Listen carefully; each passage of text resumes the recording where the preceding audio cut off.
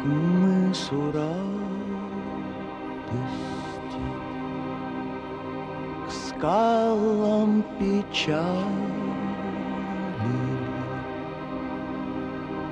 к островам ли сиреневых птиц. Все равно, где бы мы не причалили,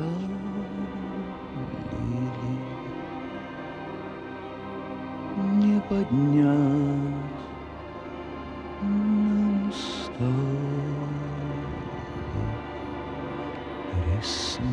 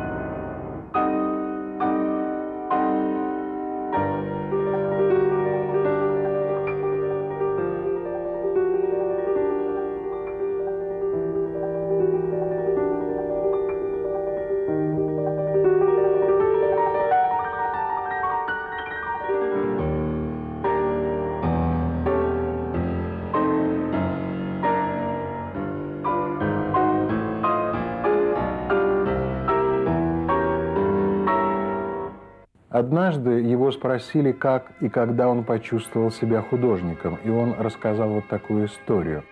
Он был мальчишкой и нашел в доме небольшую баночку с краской, и краска, по всей вероятности, это была масляной. Он стал разрисовывать себе ноги и очень увлекся этим процессом, и можно представить себе реакцию матери, когда она увидела художество сына. И еще. В школе он увидел цветную репродукцию с картины Яна Матейка «Битва под Грюнвальдом», и это потрясло его. Вот так все начиналось. Он стал известным белорусским художником-графиком. Он был первым преподавателем графического отделения Белорусского государственного театрально-художественного института, и он организовал эстампную мастерскую. Его ученики тоже стали известными мастерами, а его имя навсегда вписано в историю белорусского изобразительного искусства как имя одного из самых интересных художников-графиков. Его имя Семена Петровича Геруса.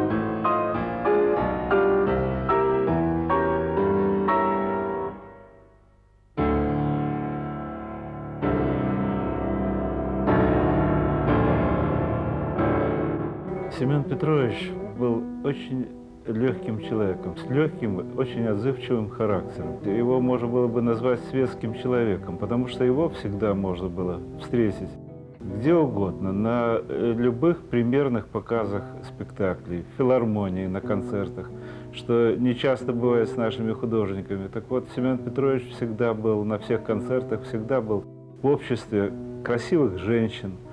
Он был очень легким человеком, общительным, прекрасно рассказывал анекдоты, которых у него была целая коллекция. Мы очень близко сошлись в свое время, когда однажды стояли под дверью очередного нашего выставкома, когда стоят художники, держат свои работы и собираются их показывать выставкому. И никто не знает, эти работы будут приняты, плод полугодовой месячной работы, или отвергнуты. И вот тогда Семен Петрович умел очень легкой шуткой, легким разговором разрядить обстановку.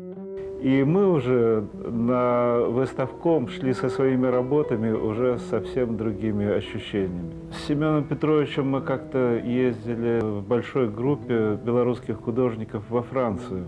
Как-то после посещения одного из музеев крупнейших в Париже мы обедали в роскошном ресторане на Монпарнасе.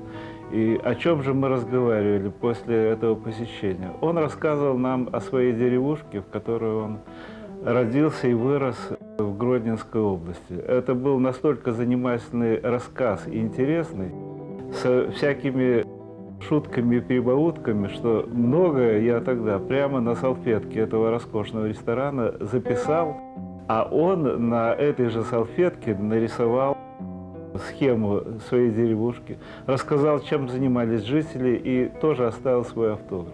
Вот этот вот совершенно неожиданный автограф у меня так и остался в моем архиве. Вот такой был Семен Петрович, веселый, легкий, общительный человек.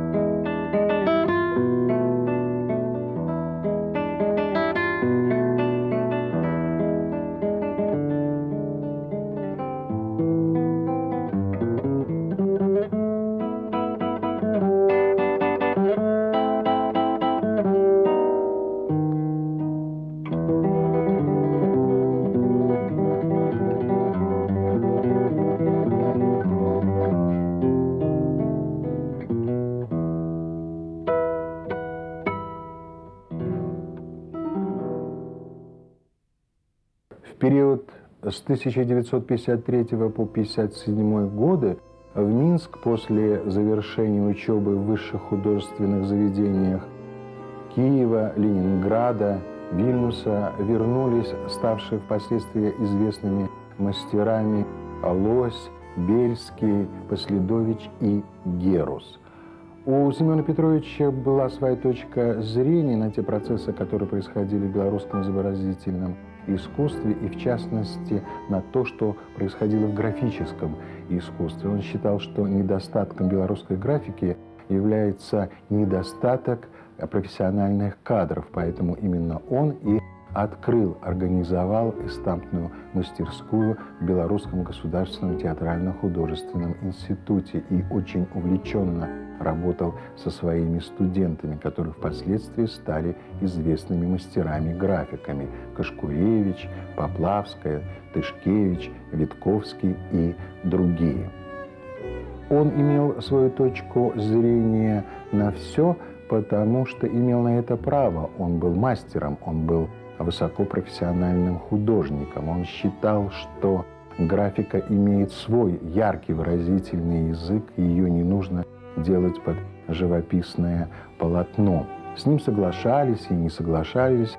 Не все было так просто. Одним не хватало остроты, напряженности в его произведениях, экспрессии, а другим очень нравились плавные линии его графических работ и та светлая аура, которая исходила от графических листов. Но то, что он оставил, его творческое наследие, это не просто интересные работы. Многие из них воспринимались в свое время как явление. Это и «Строитель Минска», и Костусь Калиновский, «Мое детство», серия портретов великих людей, ученых, композиторов, художников. Это и Адам Мицкевич, и Евгений Тикоцкий, и Альберт Эйнштейн. Все это действительно было сделано очень интересно. И надо отметить, что в своем творчестве он никогда не поддавался модным веяниям и никогда не плыл по течению. Он всегда оставался самим собой.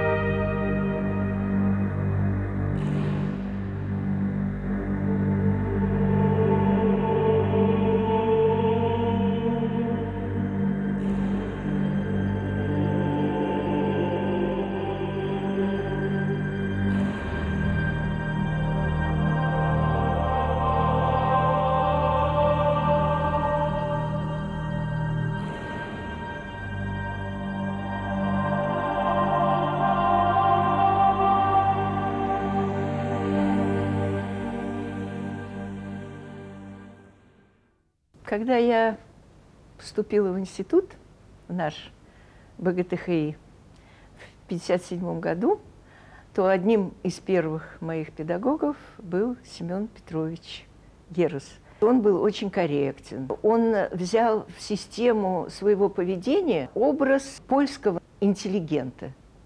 Он всегда был очень вежлив с нами, очень терпелив, высокий, мужественный. В то время мы узнали, что были на свете импрессионисты, что есть где-то Дали, что что-то есть, что-то происходит. Вот. А он нас вел в традиционной манере классики, такого реалистического преподавания. В этом он, конечно, был прав. Я помню, как я делала одну очень такую серьезную композицию с какими-то трудовыми крестьянами. И вот я намечаю одну композиционную систему. Он приходит и методически начинает мне все исправлять, садится и начинает рисовать по-своему. Вот это был, конечно, неправильный ход. Он как-то не знал, как на меня повлиять. Вот. И убедить меня какими-то словесами, вот каким-то таким примером он не мог. И поэтому он считал, что самое правильное и это вот сесть и вот показать этому нешмышленышу, как надо это сделать. Мы расстались с ним все очень дружелюбно, уважительно и с хорошими воспоминаниями.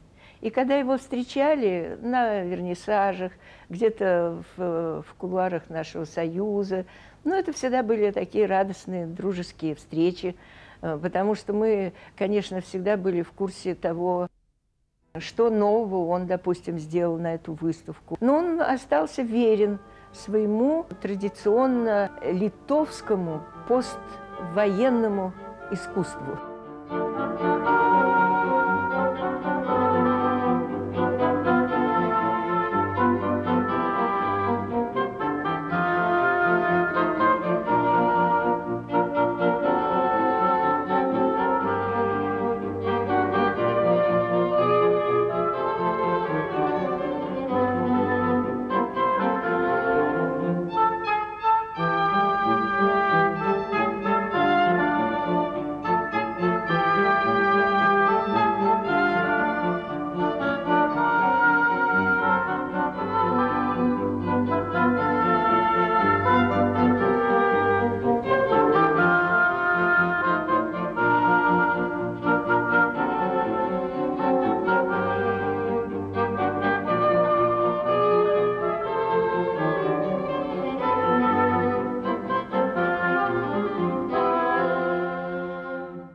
О Герусе Семене Петровиче можно говорить и как о человеке, и он очень интересен, и как о художнике.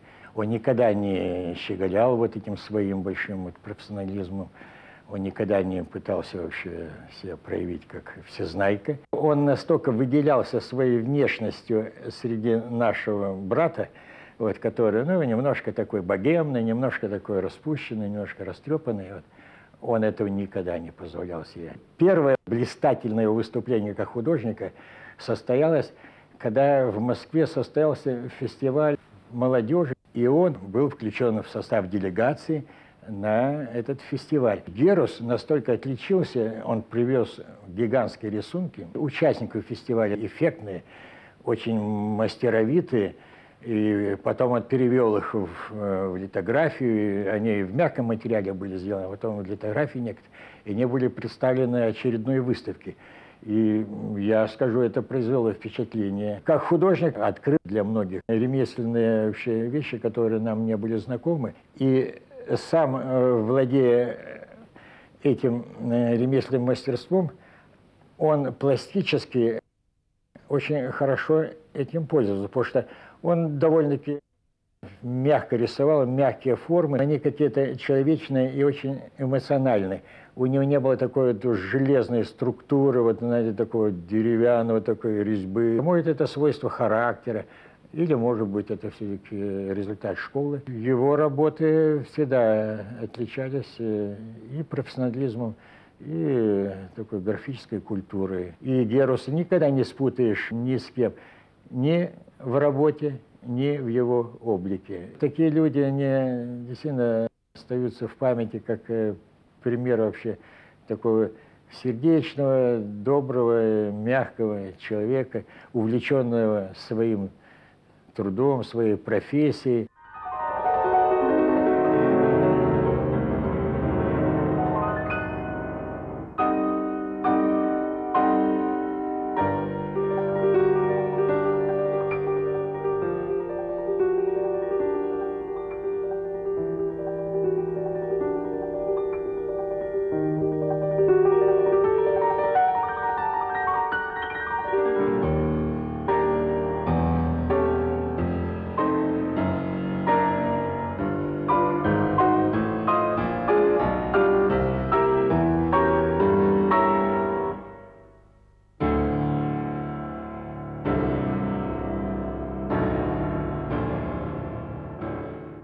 Семен Петрович Герус родился 21 ноября 1925 года в деревне Кунично. Это под Новогрудком, и тогда эта часть Белоруссии входила в состав Польши до 1939 года. В 1946 году он закончил Новогрудское педучилище и поступил в Вильнюсский художественный институт. Он назывался тогда Государственный художественный институт Литовской ССР. У него были замечательные преподаватели. Это Кузьминискис и Юркунас, мастера графического искусства Литвы. И его дипломная работа называлась «Освобождение и восстановление». В 1952 году по приглашению он приезжает в Минск и преподает в Белорусском государственном театрально-художественном институте. Там он проработал 14 лет. В республиканских, всесоюзных и зарубежных выставках он участвует с 1953 года.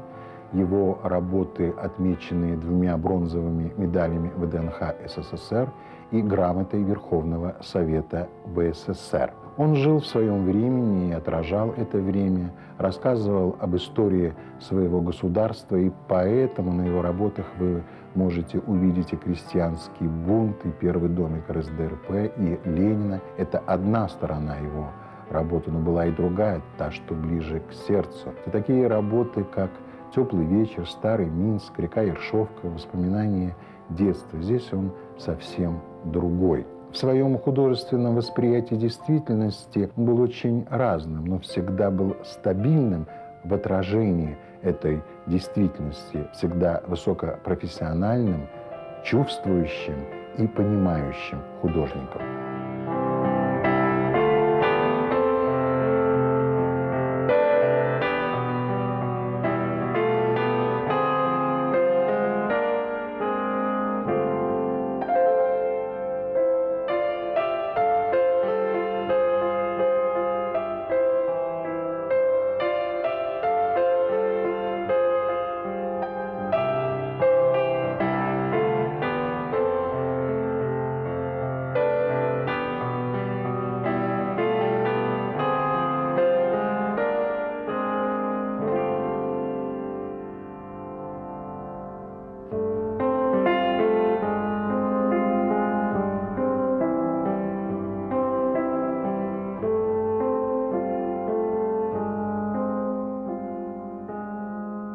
Лучшего отца, чем папа был, по-моему, сложно придумать просто.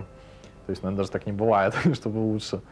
Он проводил со мной все свободное время, на работу даже брал. Пытался как можно больше выкроить времени из своего и уделить мне. Он старался развлекать меня так, чтобы я при этом развивался. Сам был очень увлеченным человеком. То есть, кроме работы, его интересовал спорт. Дальше очень любил делать что-то руками, то есть по дому, что-то соорудить, какую-то конструкцию, отремонтировать. У него было хобби ремонт и конструирование своеобразных радиотехнических устройств. То есть он мог запросто починить телевизор, починить соседям кофемолку. Помню, лет в 5 показал, как подключить батарейку к моторчику. Этим самым заразил меня на всю жизнь техникой, электроникой. Всячески старался во мне поддерживать именно вот это мое увлечение. Я часто бывал, притаскивал всякие железяки, Он никогда не ругал меня за это, пытался развивать мои интересы, как во мне было заложено, не заставляя заниматься тем, что мне не нравится. Учил мыслить самостоятельно, то есть, конечно, оглядываясь на общество, но при этом вырабатывая свои какие-то конкретные, именно свои мысли и взгляды на жизнь. Отец был лучшим другом. По примере знакомых, сверстников, у них зачастую были какие-то конфликты с родителями, то есть там конфликт поколений и так далее. Вот у нас с отцом никогда никаких разногласий не было. То есть мы вот были, кроме того, что отец и сын, мы были лучшими друзьями. Вот. Ну, конечно, отец остается в памяти именно вот как лучший в мире отец и лучший друг.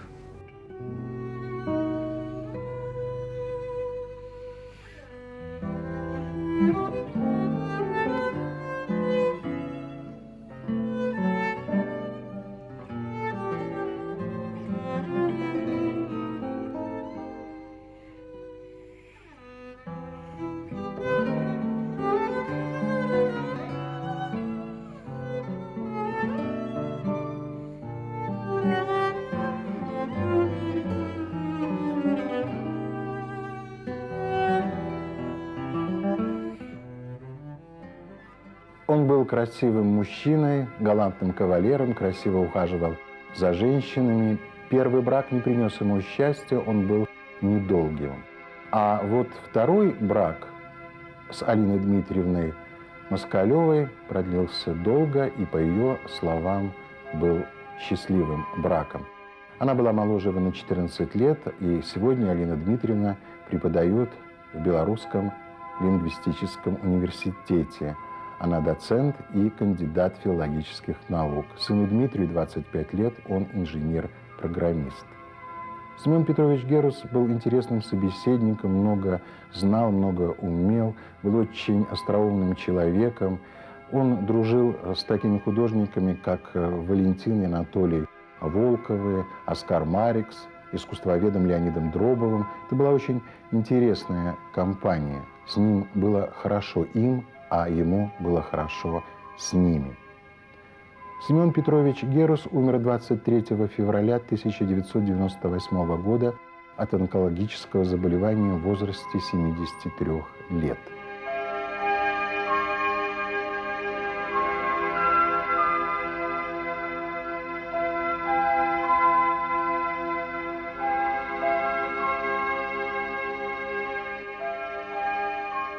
По-литовски «Герус» — это значит «хороший».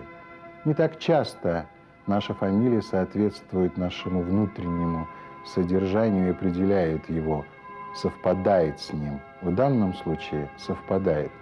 Он был хорошим художником и хорошим человеком, хорошим мужем и хорошим отцом. И сегодня люди вспоминают его хорошим, добрым словом. Его, Семена Петровича Геруса.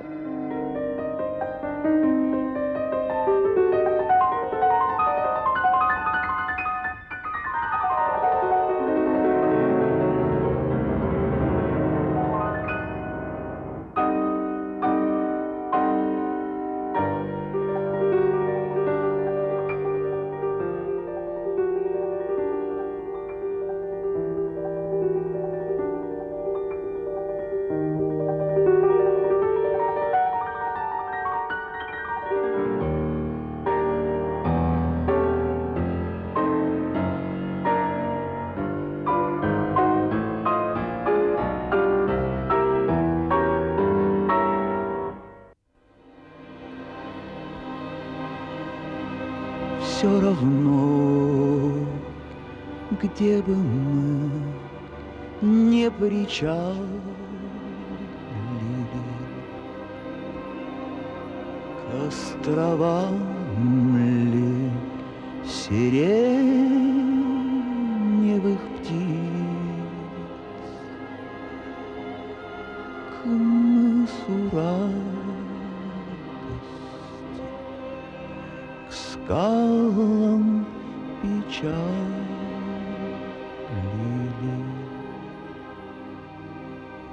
не поднять